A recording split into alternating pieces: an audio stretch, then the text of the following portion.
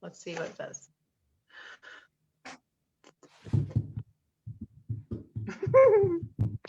It's on. It is? We're good? Yeah. Yeah, we are Okay, good. We're in yay! here like there. Okay, I see it now. I see it.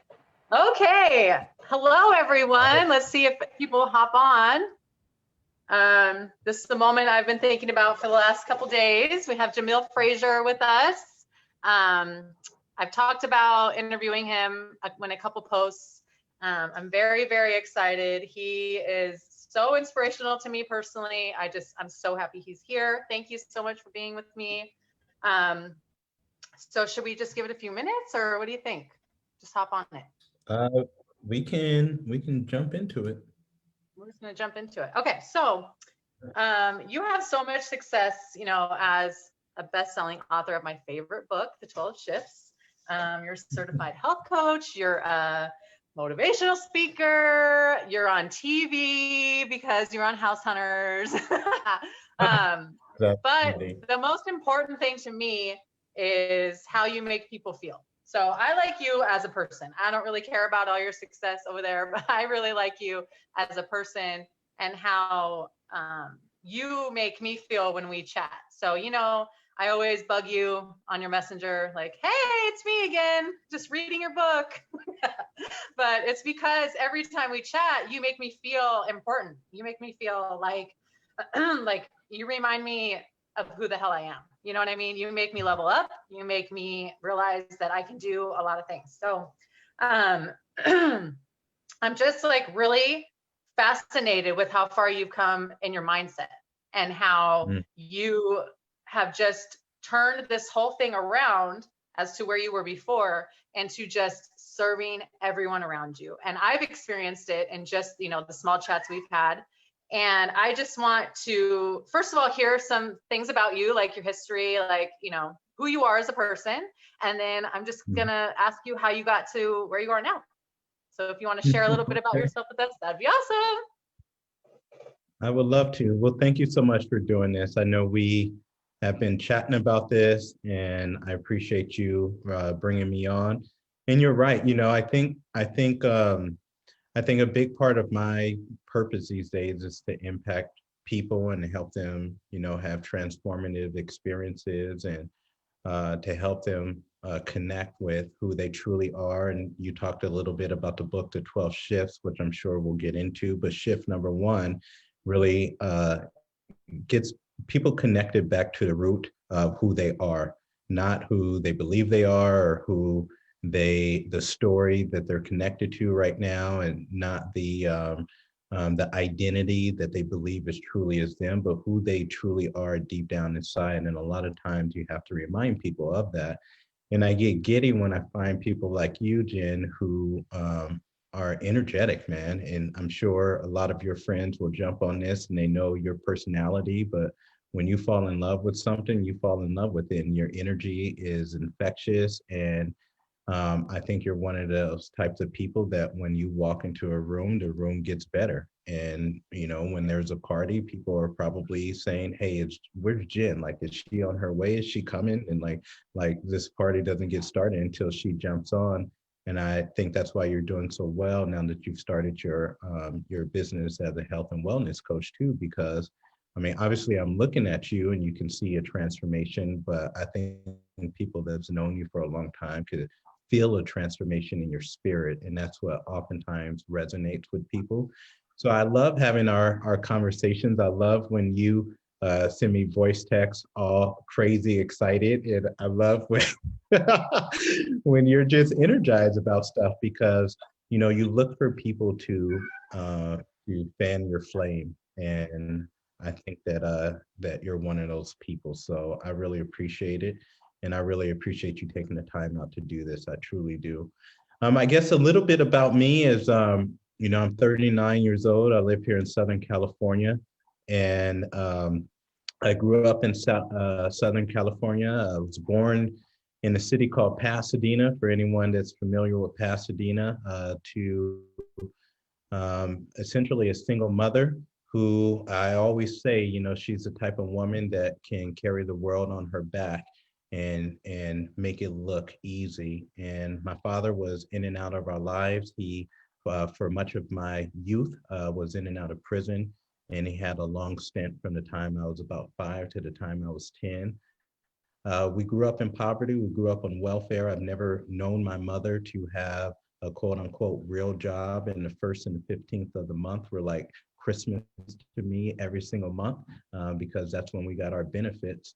And I always say the greatest thing that ever happened to me is when my mom moved us about 13 miles east to a new city, to a new environment, to where I really fall in love with athletics, and my life's ambition was to receive a college football scholarship. So from the time I was about 10 years old to the time I was 18, that was the one thing that I was extremely focused on.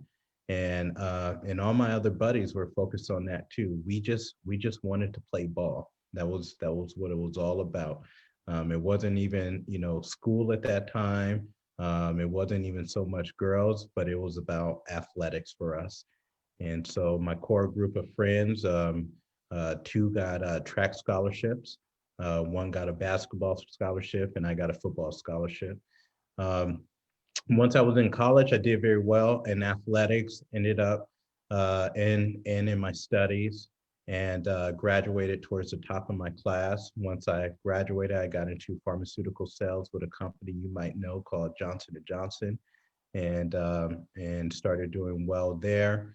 The market crashed in 2008, and got laid off from Johnson& Johnson, got into medical equipment sales, and during that time got married to a beautiful girl, who I always say she lost the bet because she is a much better person than I am. And everything looked great on the outside. I had a six-figure career. My wife is stunning, and she walks into a room, and also she walks into a room and the room gets better. And then we found out that we were pregnant, and this is where things turned for me. I was already wanting out of the relationship. I felt like both of us had made a mistake. We were still within a year or two of the marriage, and I was already starting to feel stuck. And once we got pregnant, I asked my wife if she would consider having an abortion. And for anyone who's ever had that conversation, that doesn't usually go that well, and there's going to be resentment any way that you go. If she Yeah. says, yes, I'll have an abortion, she's going to be resentful to me. If she says, no, I'm going to be resentful to her. And in turn, she's going to be resentful to me for even Right. asking the question. And so I fell into a deep depression for about 2 years. I put on a ton of weight. I lost relationships. I lost my job. I went into this mental hole, and I felt like I was stuck. I couldn't leave because my dad was never there, Jen. So I couldn't leave my Right. son, but I didn't want to stay. So what do you do? So I crumbled. Um, After about 2 years of battling with that, I was at a point to where I wanted to get my health on track. And my buddy says, you should reach out to my mom. She's a certified health coach. She can help you. And I eventually started with her. I started losing the weight. My confidence started coming back. I started getting in touch a little bit more who I used to be, a fun guy. I started kind of liking myself a little bit more.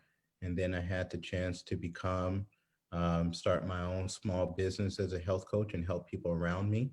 And that's really where my journey started, working with other people, helping them start to change their lives, forced me to start changing my life. Whenever you're working with people, they don't do the things that you think they're going to do. So you have to learn how to manage your mentality, your mind. And so my whole thing now is about mindset. It's about you versus you. We since have built a huge health coaching business. We have helped serve about 80,000 clients in the last 7 or 8 years. Lots of people have changed their lives. From there, I wrote a couple best-selling books, one you're talking about. and have launched a few other companies. And now I get to be here talking to you. Yay. So awesome. I'm so excited. And I love that you talked a lot about your relationship with Amanda, because in the book that really intrigued me, because I've been with my husband for almost 20 years and I'm only 36. So way more than half my life, right? God. We have 4 kids. So you can imagine we've been there, done that, right? So the way that you explain how you wanted, Amanda to be a certain way, you wanted her to do certain things, and why wasn't she changing, and why wasn't she this, and why wasn't she that? That was so much me. Like, why can't you just be who I want you to be and let's be done? Like, why can't you just be like me? Hello, I'm perfect, right? No, I'm kidding. So that went a long way with me. Can you just talk a little bit about how you shifted with that, right? Like how you finally realized she's her own person, right? And that's what it took a lot for me, even with my kids. They're their own people. How do I not try to mold them into a certain type of way? So can you just explain how you got there in that mindset? That's a big question. Obviously, through a lot of series of events. In shift number one of my book, and it's here for anyone interested, called The 12 Shifts. Um, when I decided to write this book, Jen, it was because I was already going on a journey of shifting and transforming myself. And as I was doing this, I took notes of all of the things that I used to believe that were true and the ways I used to think, and they started shifting. And it was like it was like this awakening, all these little awakenings, and I wanted to take note of them. And in fact, there are 27 of them, but it's kind of hard to write about 27 shifts. The book would be 1,000 pages. Well, you can So I do a took the part two. 12 of this one. I can do a part two. You're Yes, absolutely please. right. So what happened was shift number one talks about your superpower, your greatest superpower, and that is the ability to think and to have consciousness. And that what's wrapped up in the ability to think and consciousness is your ability to actually be able to control that. The big problem is I didn't even know that I was thinking in certain ways, and I certainly didn't know that I had the power to control it. And so in the beginning of the chapter, I tell a story about the golden Buddha. And the story is essentially that years ago, centuries ago, the Thai were going to be invaded by a Burmese army, and one of their greatest shrines and relics was this statue of this golden Buddha. Now, you have to remember this is the most majestic thing that you've probably ever seen. It stood 14 feet tall. It was gorgeous in every way, and it was priceless. And they knew that they were going to be invaded, and the last thing they wanted was for this relic to be taken from them. So they covered it up with a whole bunch of clay, and they covered it up with dirt and muck and mire, and it got covered up so that it looked unattractive, so that nobody would want it. And so I parallel that story with what happens to us in our lives. See, I believe that we're all born perfectly, but I believe what happens is over the years, we start to get covered in clay. And I give these really beautiful stories and testimony of how I started to get covered up in clay. So by the time I got married to my wife, it wasn't actually me getting married to my wife. Does this make sense? Like I'm sitting in this chair right now, and Jamil's not sitting in his chair. Like my mama's sitting in this chair with me, and her teachings and her influence. My dad's sitting in his chair, him being an alcohol, both of them being an alcoholic and drug addicts in and out of prison. That's influenced me. Growing up in two diabolical cities, one with a heavy African American background to move to a purely Caucasian and Asian town. That's influenced me. Going to a Christian university, that's influenced me. My friends that I hung around with, all of those things have influenced me and have covered me with clay one way or another, whether it's consciously or subconsciously. So by the time I get to my relationship, I have all of these ideologies on how it should be, how my wife should be, how she should show up, the things she should be doing, the amount of money she should be earning, how much she should be cleaning the house, how much she should be showing me affection. And all of these things are given to me, and I didn't even know it.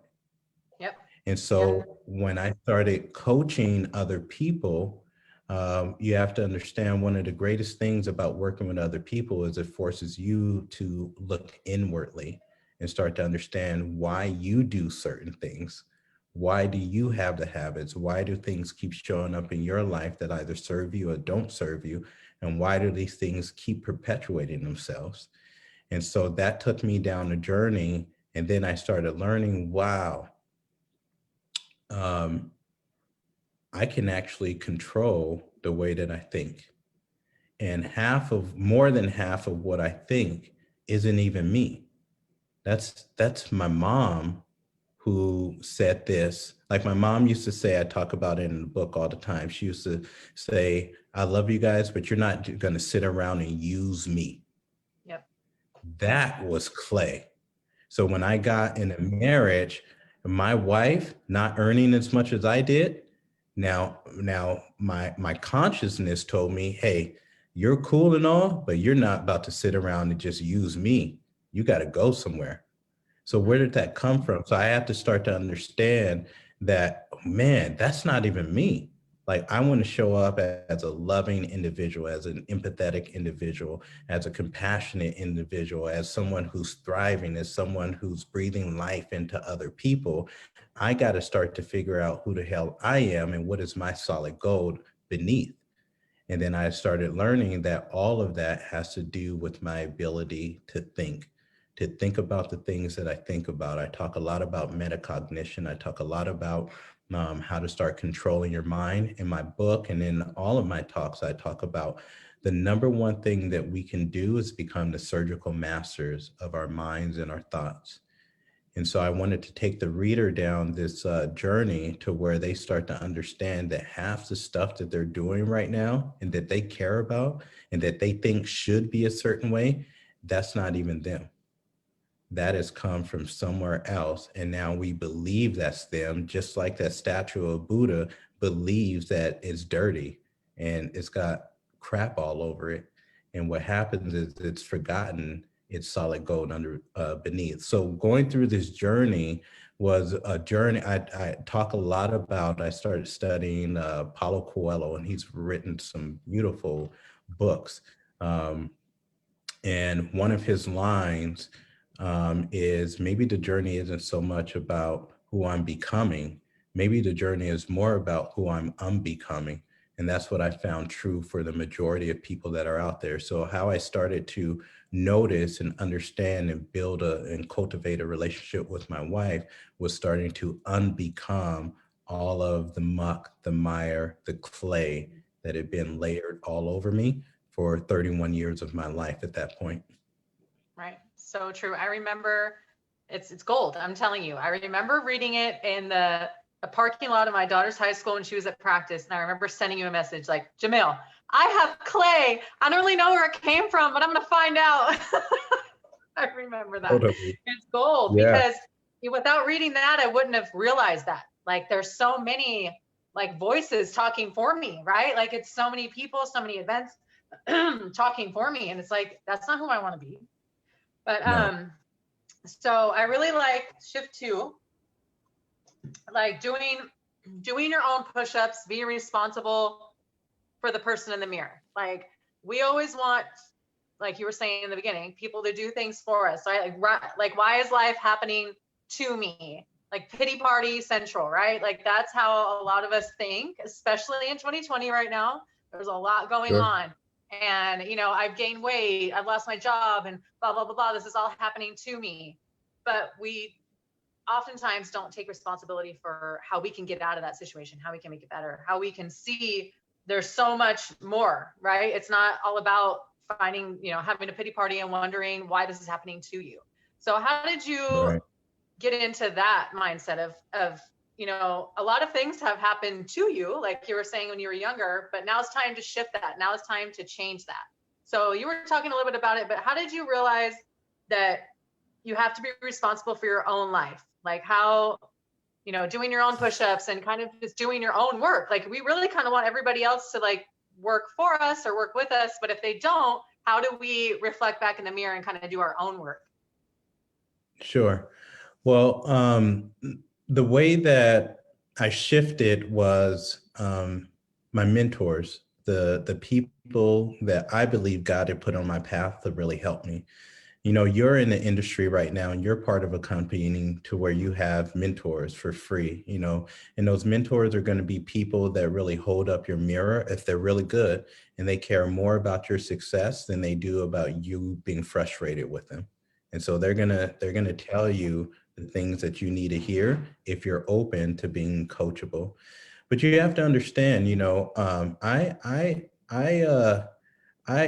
I started attracting a PhD in life, right? And my PhD was in blame, was in shame, and was in this one statement right here: it's not my fault.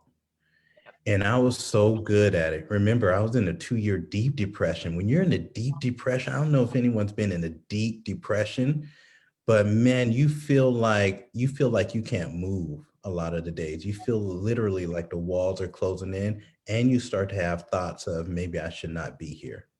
Mm-hmm. How can I end this?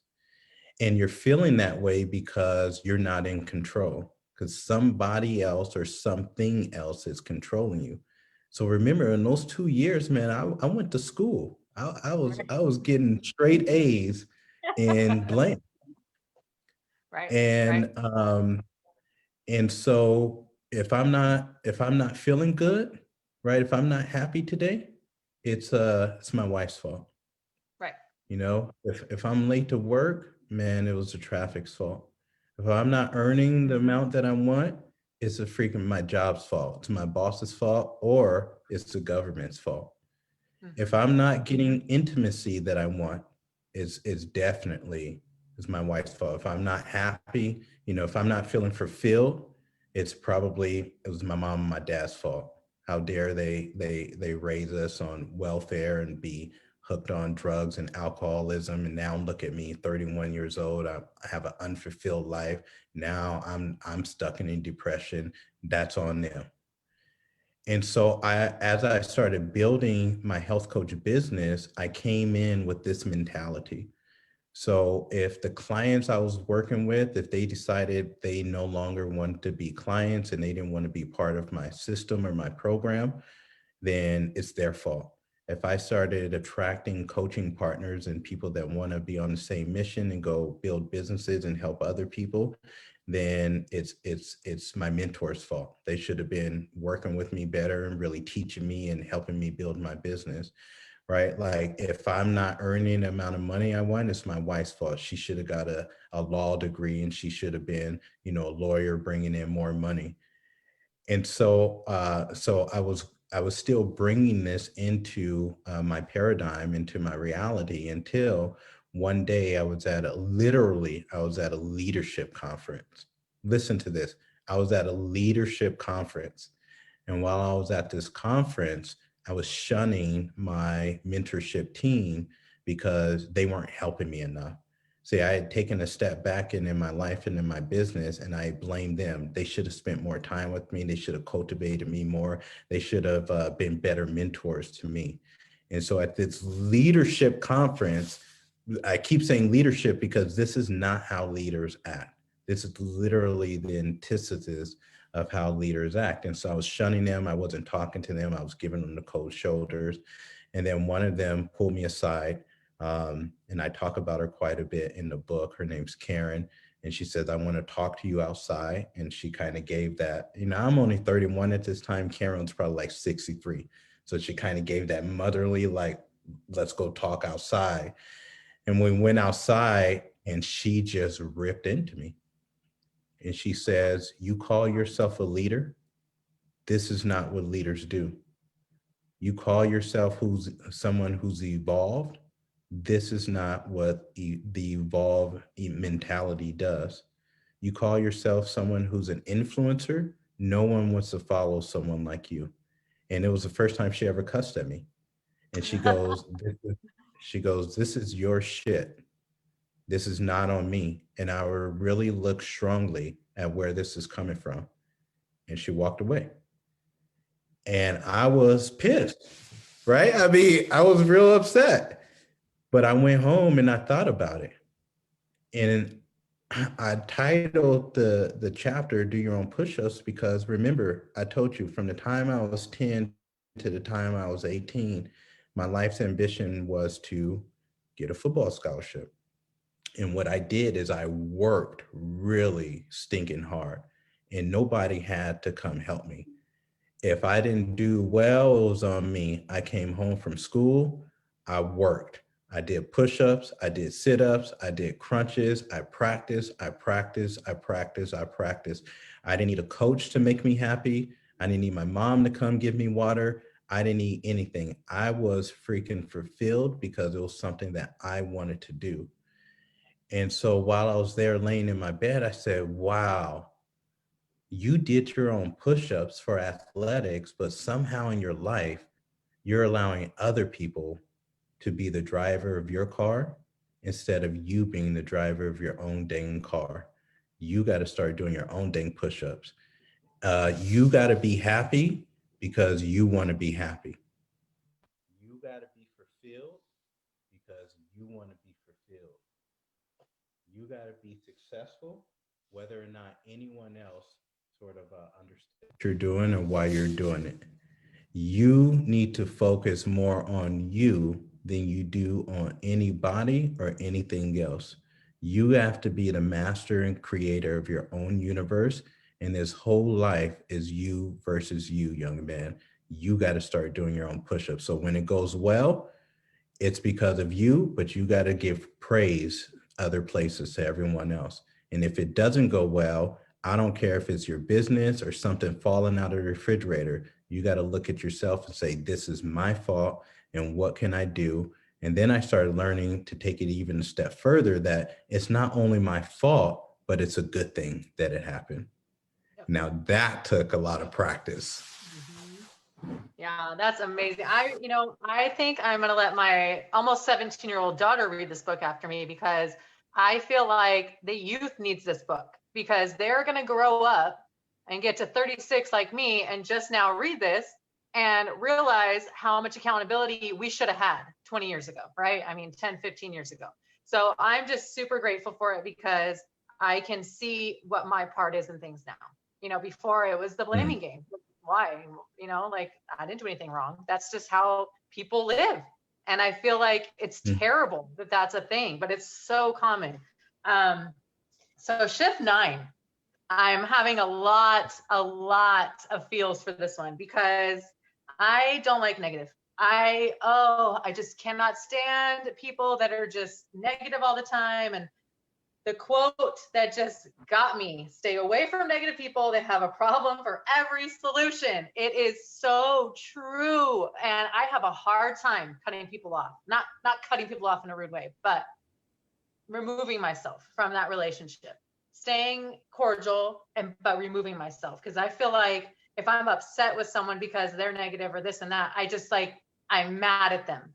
I don't know how to explain it. I don't want to be mad at them. I just want to remove them. And I think a lot of people don't understand that concept of how you don't have to have people in your circle, but you can still be okay with them, if that makes sense. I just feel like our society is like either you like them or you don't, and I have lots of issues with that. So that's kind of helped me remove people, but still love them and still, Sure. want the best for them, but they've got to go, and I think that's a lesson we all need because like everyone says, you are who you hang out with. And if you're hanging out Yeah. with the people that glasses are half empty, no, you're not going to get anywhere in life. So how did you manage that? Because I know you have lots and lots of friends. So how did you deal with that stuff when people just didn't get the fact that you just didn't want to be, talking to them all the time or, have them in your life? Yeah. So So I want to touch on that. Let me go back real fast to what we were just talking about, to doing your own push-ups, because I know there's people that's going to watch this, Jen, and they're honestly going to say, well, it's not my fault. Like, the coronavirus isn't my fault. Like, I didn't do that, or like, it's not my fault. I got laid off a job, my work, because the economy, went to crap. So that's not my fault. It's not my fault that my husband cheated on me. It's not my fault that someone broke into my house and stole my stuff. And Right. they are absolutely right. That is Mhm. not their fault. But it is their responsibility, now that it happened, to now determine, how is this actually a good thing? And how is this actually supposed to have happened, because it's actually in my best favor to help me get to or become that in which I want to go, or who I want to become.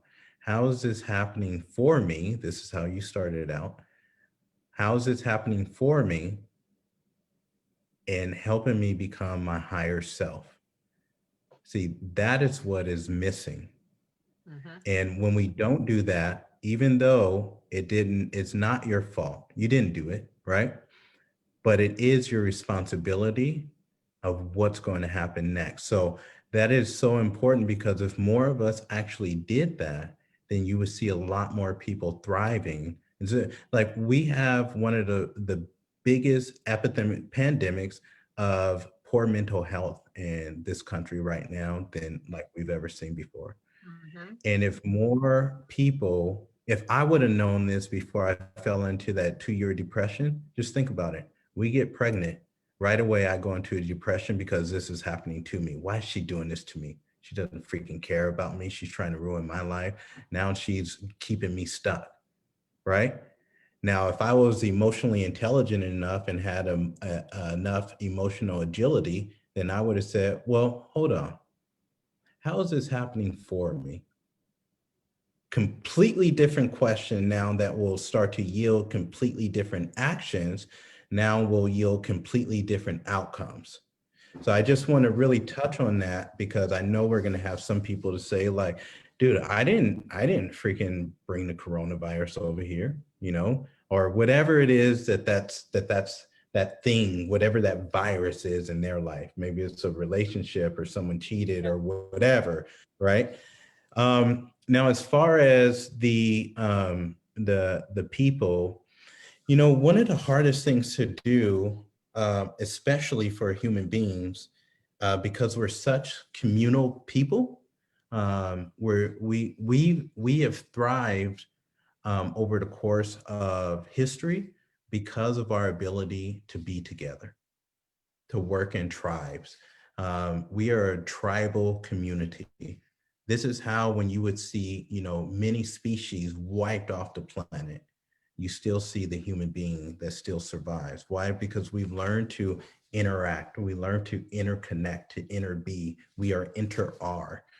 Even when we talk about marriage, it is this union of people coming together to become one. This is what we've learned to do to survive. So when you're talking about, well, how do I separate myself from maybe a community that's maybe not like-minded anymore, that is really hard to do. And a way that the community thrives is to keep people embedded into that community. So if you want to leave, then the community's natural response is to keep you there. I don't care if I'm talking about gangs. I don't care if I'm talking about churches. I don't care if I'm talking about a health coach community. I don't care if I'm talking about a family. The community's job is to keep you there. And so when you start to want to break out of what the natural thought constructs are of that community, that's not going to go along well, because now it's almost like this subconscious thing of, well, wait a minute, time out, bro. Like, does Jen think she thinks she's leveling up? She thinks she's better than me? Oh, she want to move out of this community. Huh, okay. Oh, so she got her kids in a private school? Oh, she's just gonna drive that down the street. Oh, so she's gonna start building businesses now. No. And so the community wants to keep you there. And so that was extremely hard for me. Um, Even when we talk about the first transformation I made was my physical health. I guarantee you that anyone who's 40 pounds, 50 pounds overweight, I was about 30, 40 pounds overweight. I guarantee you that there's going to be people in their circle who are also unhealthy. And so now when I start to get unhealthy, that almost triggers people. They're like, why are you trying to break out, man? You're trying Right. to lose this weight? Like, ain't nothing really wrong with you. You're not that big.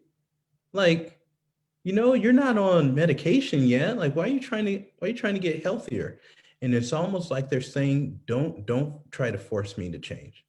Yep. Right? You don't mess with what I got. I'm cool with being comfortable. I'm cool with being right here. Don't stretch me, don't mess with me. I'm good. And then the next transformation is the physical and mental, or the mental and emotional transformation. And so I was used to, I'd tell my friends I'm sorry these days because I would commiserate. Oh, I was so good at it. I knew exactly the circle of people that I can go to and just whine and complain. And we call it dipping below the lines. I'm talking about my wife and my son and my boss and the government, and the sky is falling and it's raining, and Palmdale, Lancaster, Quartz Hill. Like, I knew exactly who to go to. I knew exactly who to go to because that's my circle. But then Right. I started transforming the way that I'm thinking. And now they're like, wait a minute, bro, you don't want to get engaged in these conversations anymore? Right. You don't Right. want to, commiserate with us? We don't want to go and like drink alcohol and hang out all the time anymore, just talk about people instead of talking about solutions? You don't want to do that anymore? And that's hard. That's hard for you and it's hard for the group. And now you start talking about, remember, the next transformation is financial. I Mhm. guarantee the majority of people that are in other people's circles earn about the same amount that they do. Right. Okay. There's something out there called vocal synchrony, which means if I pick you up right now and I move you to Georgia or I move you to Australia, within a year or two, you're going to start to have the same accent. That's called vocal synchrony. You also have other type of synchronies. If you get a group of women together, then what will happen is their menstrual cycles will now start to mimic each other. Yep. Okay, so that's called synchrony. I told you part of our biology is to be part of groups. So now, financially, when I decided, wait a minute, where I'm at right now, this isn't cool for me anymore. This is just below okay. And I'm not okay with being here. I want to move to abundance. So now I start doing things that the group doesn't do. I start giving up soccer practices to go to conferences. That group don't like that. Oh, Jamil's just going to miss the kids' soccer practice? Oh, he's not a family man anymore, huh? Right? So I start spending money. I stopped spending money on things that my friends would now traditionally spend money on. But that wasn't good, right? Mhm. So I gave up a whole bunch of stuff to now start to threaten the group.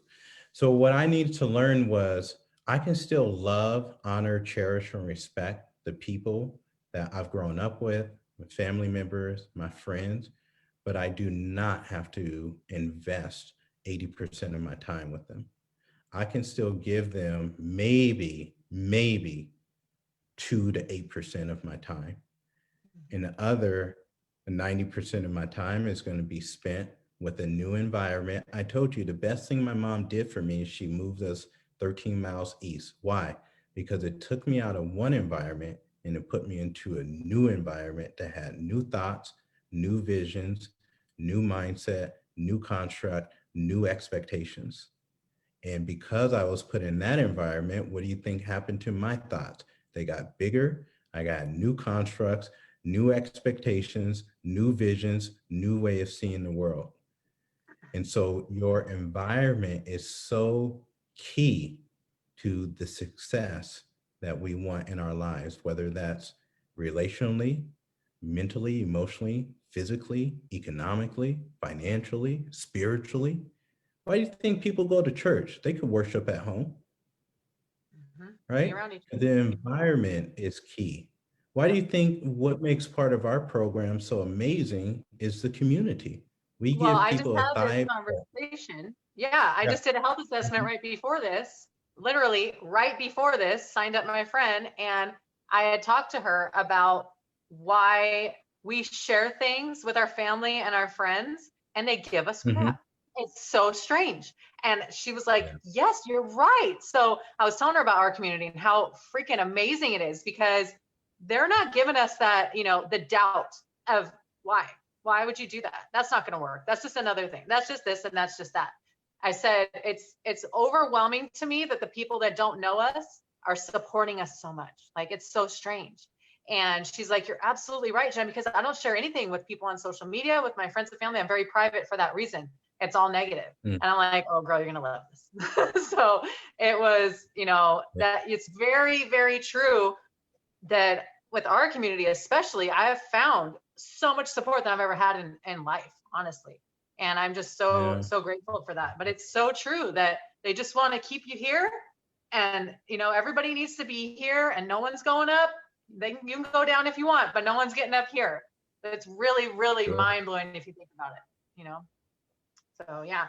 But Yeah. I mean, I just love your book. I just love your energy. I'm just so happy you're in my life and I'm just so grateful for you for coming on here.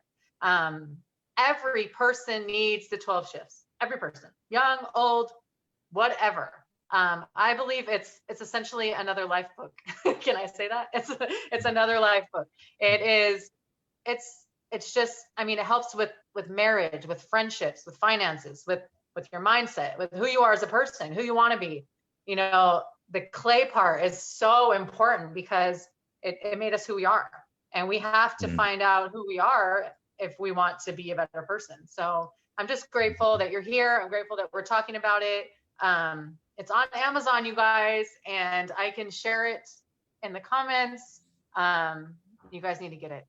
So I just want to thank you so much for taking the time to be with us. And I'm sure you brought value to everyone that's watching. And I hope people get on and watch the replay. And yeah, it's lots of good little nuggets you gave us. So I just want to thank you. And yeah, Well, thank all you for right. having me again. And I do think that it's a really good book. People are experiencing breakthroughs from all around the world, which is really fascinating to me when you get messages from different languages about just it's really really special. And I appreciate you, Jen, for being who you are and for sharing this. And hopefully, even if it touches one person, then it was worth it. Yes, absolutely. All right, Jamil, we'll talk soon. All right, bye guys.